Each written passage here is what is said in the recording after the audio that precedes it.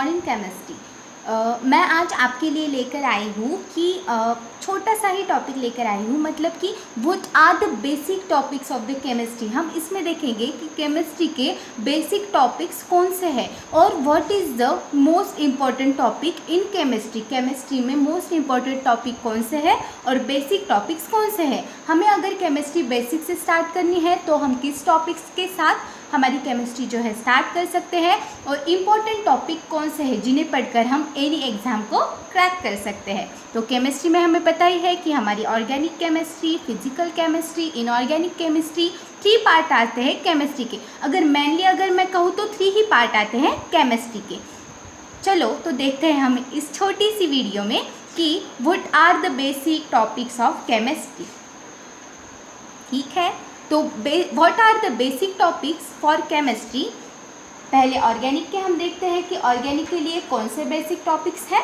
Organic में हम देखते हैं, अगर हमारा बेसिक, हमें ऑर्गेनिक अगर बेसिक से स्टार्ट करनी हो तो जनरल ऑर्गेनिक केमिस्ट्री मतलब GOC too much important topic हो जाता है। अगर हमें जीओसी आ जाए तो समझ लीजिए कि हमें आधी ऑर्गेनिक आ ही जाती है। नेक्स्ट टॉपिक है स्टीरियो केमिस्ट्री।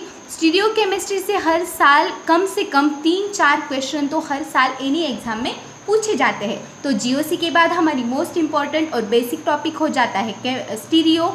जीओसी के बाद मतलब जनरल ऑर्गेनिक केमिस्ट्री और स्टीरियो केमिस्ट्री, ये 2 बेसिक चैप्टर है जो हमारी ऑर्गेनिक केमिस्ट्री के नॉलेज में बहुत ही इम्पॉर्टेंट हो जाते हैं।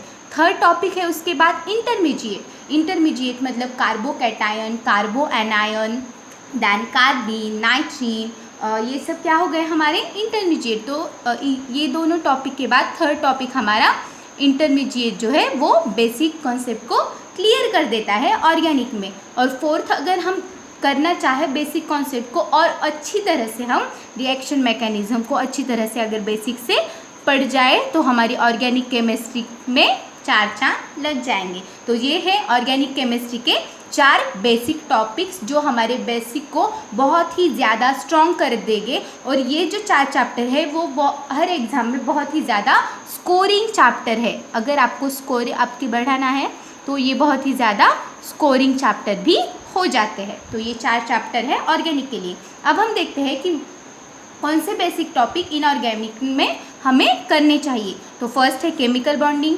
Chemical bonding is too much easy और टू मच इम्पॉर्टेंट टॉपिक है। अगर हमें इनऑर्गेनिक स्टार्ट करनी है तो केमिकल बॉन्डिंग से ज़्यादा इम्पॉर्टेंट चैप्टर कोई हो ही नहीं सकता और बहुत ही बेसिक टॉपिक है। अगर आप आपकी पढ़ाई यहाँ से स्टार्ट करो तो 101% आपको इनऑर्गेनिक का एनी चैप्टर जो है वो अच्छी तरह से समझ में आ जाएगा। फिर हमारा पीरियोडिक प्रॉपर्टीज़ होता है। पीरियड की हर प्रॉपर्टीज़ हमें पता होनी चाहिए, पीरियोडिक टेबल की ट्रेंड पता होनी चाहिए और ऐसे हमें पीरियोडिक प्रॉपर्टीज़ भी अच्छी तरह से पता होनी चाहिए। तो ये हमारा सेकंड बेसिक टॉपिक है केमिस्ट्री के लिए। और थर्ड बेसिक टॉपिक हो जाता है मैन ग्रुप। मैन ग्रुप की नॉलेज हमें अच्छी तरह से होनी चाहिए। मैन ग्रुप में आता है P block then S block. ठीक है, तो हमें ये 3 टॉपिक इनऑर्गेनिक में हमारे बेसिक में अच्छी तरह से हम कर सकते हैं बेसिक स्टार्ट इन टॉपिक से। और फिजिकल में हमें पता ही है कि जैसे मोल कॉन्सेप्ट बहुत ही इंपॉर्टेंट टॉपिक है।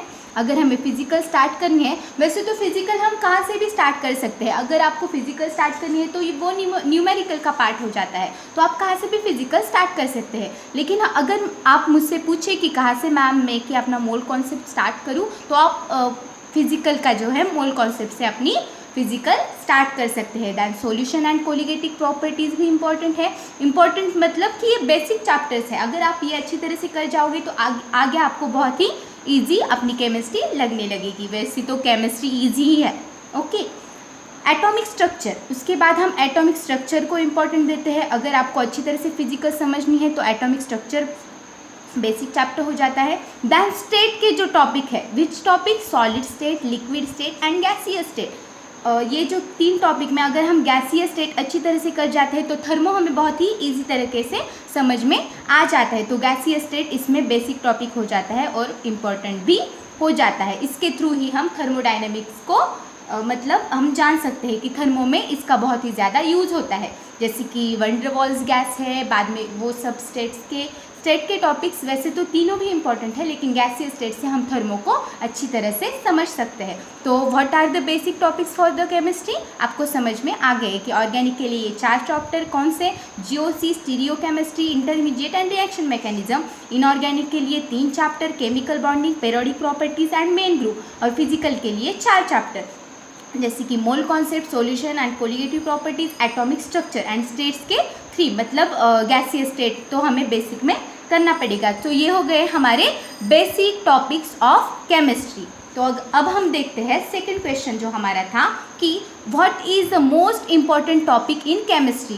केमिस्ट्री में मोस्ट इम्पॉर्टेंट टॉपिक कौन सा है। तो पहले हम ऑर्गेनिक का देखते हैं।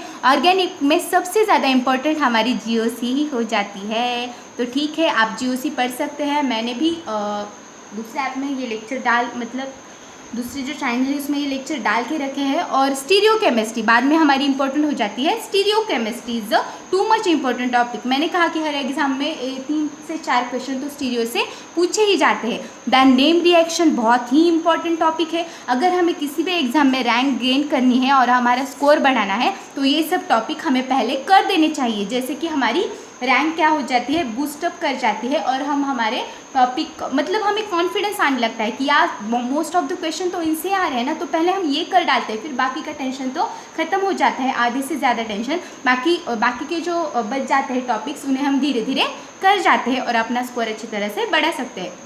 तो सेकंड इंपॉर्टेंट टॉपिक है stereochemistry, then name reaction, then reaction mechanism भी बहुत ही इंपॉर्टेंट है, then organic spectroscopy. Organic spectroscopy is my favourite topic. अगर आप कहें तो मैं इसे पढ़ा भी दूंगी, लेकिन आप कमेंट्स में लिखना कि आपको मुझसे ये टॉपिक पढ़ना है। ऑर्गेनिक स्पेक्ट्रोस्कोपी भी बहुत ही इंपॉर्टेंट टॉपिक है और मैं कहूँ तो बहुत ही इजी टॉपिक है। हमें थोड़ी सी इसकी वैल्यू जो है मतलब NMR की वैल्यू, दैन IR स्पेक्ट्रोस्कोपी और UV स्पेक्ट्रोस्कोपी, इसकी जो क्या है वैल्यू हमें याद रखनी पड़ती है, लेकिन हमें अगर हम करते जाएँ तो बहुत ही ईजी तरीके से हम इसे समझ सकते हैं। दैन रिएजेंट्स भी इंपॉर्टेंट है। तो इम्पॉर्टेंट टॉपिक ये 6 हो जाते हैं ऑर्गेनिक में। अगर आप ये 6 भी टॉपिक अच्छी तरह से कर जाते हो तो हम हमारी ऑर्गेनिक अच्छी तरह से डील कर सकते हैं। तो इनऑर्गेनिक में कौन से टॉपिक इंपॉर्टेंट है, पहला तो केमिकल बॉन्डिंग तो चला ही जाता है हमारे इंपॉर्टेंट टॉपिक की, chemical bonding is most important topic. Then coordination chemistry, ये तो बहुत ही ज़्यादा इंपॉर्टेंट टॉपिक है। अगर हम पिछले कुछ साल से जाम के एग्ज़ाम में, गेट के एग्ज़ाम में या फिर नेट के एग्ज़ाम में हो, कोऑर्डिनेशन केमिस्ट्री से बहुत ही ज़्यादा क्वेश्चन पूछे जाते हैं और क्यों, वरना तो इसके बेस पे भी बहुत ज़्यादा क्वेश्चन पूछे जाते हैं। तो कोऑर्डिनेशन केमिस्ट्री को मैं अगला नेक्स्ट इंपॉर्टेंट टॉपिक कह दूँगी। फिर मेन ग्रुप तो हमारा होना ही चाहिए बाबा पक्का। S ब्लॉक, P ब्लॉक, हमें इसकी सब जानकारी, ये तो थोड़ा रटने का ही पार्ट है, आपको रटना तो पड़ता ही है इनऑर्गेनिक में। तो मेन ग्रुप भी हमारा अच्छी तरह से होना चाहिए। दैन OMC मतलब ऑर्गेनोमेटालिक्स, तो ये 4th टॉपिक हमारा जो है वो अच्छी तरह से होना चाहिए इनऑर्गेनिक में। दैन 5th टॉपिक हमारा होना चाहिए, तो 5th टॉपिक है हमारा बायो इनऑर्गेनिक वो भी थोड़ा सा रटने का ही पार्ट है, लेकिन मैं भी बायो इनऑर्गेनिक भी, आप कहे मुझे कि बायो इनऑर्गेनिक पढ़ा दो तो मैं बायो इनऑर्गेनिक भी अच्छी तरह से पढ़ा दूंगी। बायो इनऑर्गेनिक ये थोड़ा रटने का पार्ट है, लेकिन बहुत ही इजी चैप्टर है, मैं इसे भी आपको पढ़ाऊँगी। प्लीज़ आप कमेंट सेक्शन में ज़रूर लिखना, उसके लिए कुछ पैसे नहीं लगते, ठीक है। तो आप बायो इनऑर्गेनिक आपको मुझसे पढ़ना है या नहीं, ये आप कमेंट बॉक्स में ज़रूर लिखना। मैं आपको बहुत ही अच्छे से और बेसिक तरीके से पढ़ाऊँगी और आपका चैप्टर फुल एग्ज़ाम के लिए रेडी कर दूँगी। तो ठीक है, ये हो गए हमारे 5 जो इनऑर्गेनिक के लिए मोस्ट इम्पॉर्टेंट टॉपिक है। और अब फिजिकल में देखते हैं, वो मोस्ट इम्पॉर्टेंट टॉपिक है इलेक्ट्रोकेमिस्ट्री में जाम, नेट, गेट में बहुत सारे क्वेश्चन पूछे गए हैं। तो इलेक्ट्रोकेमिस्ट्री बहुत ही इम्पॉर्टेंट टॉपिक है फिजिकल में। दैन थर्मोडायनेमिक का बेसिक मैंने आपको बताया कि आपको गैसियस स्टेट जो है वो अच्छी तरह से आना चाहिए। सेकेंड मोस्ट इंपॉर्टेंट टॉपिक है थर्मोडायनेमिक्स। दैन इसके बाद है केमिकल काइनेटिक्स थोड़ा सा रिएक्शन का ही पार्ट है, मतलब कि कैसे हम रिएक्शन का मतलब रिएक्शन का रेट लिखेंगे, दैन रिएक्शन की ऑर्डर लिखेंगे। सो ये टॉपिक हो जाता है केमिकल काइनेटिक्स में। Then solid state, solid state थोड़ा सा ट्रिकी टॉपिक है, लेकिन पिछले कुछ सालों में सॉलिड स्टेट से भी बहुत सारे क्वेश्चन पूछे गए हैं, तो मोस्ट इम्पॉर्टेंट टॉपिक में सॉलिड स्टेट भी हमारा आ जाता है। Then physical spectroscopy, physical spectroscopy भी बहुत ही इंपॉर्टेंट चैप्टर है, most of the important chapter है, तो इससे भी बहुत सारे क्वेश्चन पूछे गए हैं पिछले कुछ सालों में एग्जाम में। तो physical spectroscopy is also important topic. Spectroscopy के ऑर्गेनिक स्पेक्ट्रोस्कोपी और फिजिकल स्पेक्ट्रोस्कोपी ये दोनों भी मच एंड मोर इम्पॉर्टेंट है। दैन लास्ट टॉपिक है हमारा क्वांटम केमिस्ट्री और क्वांटम मैकेनिक्स।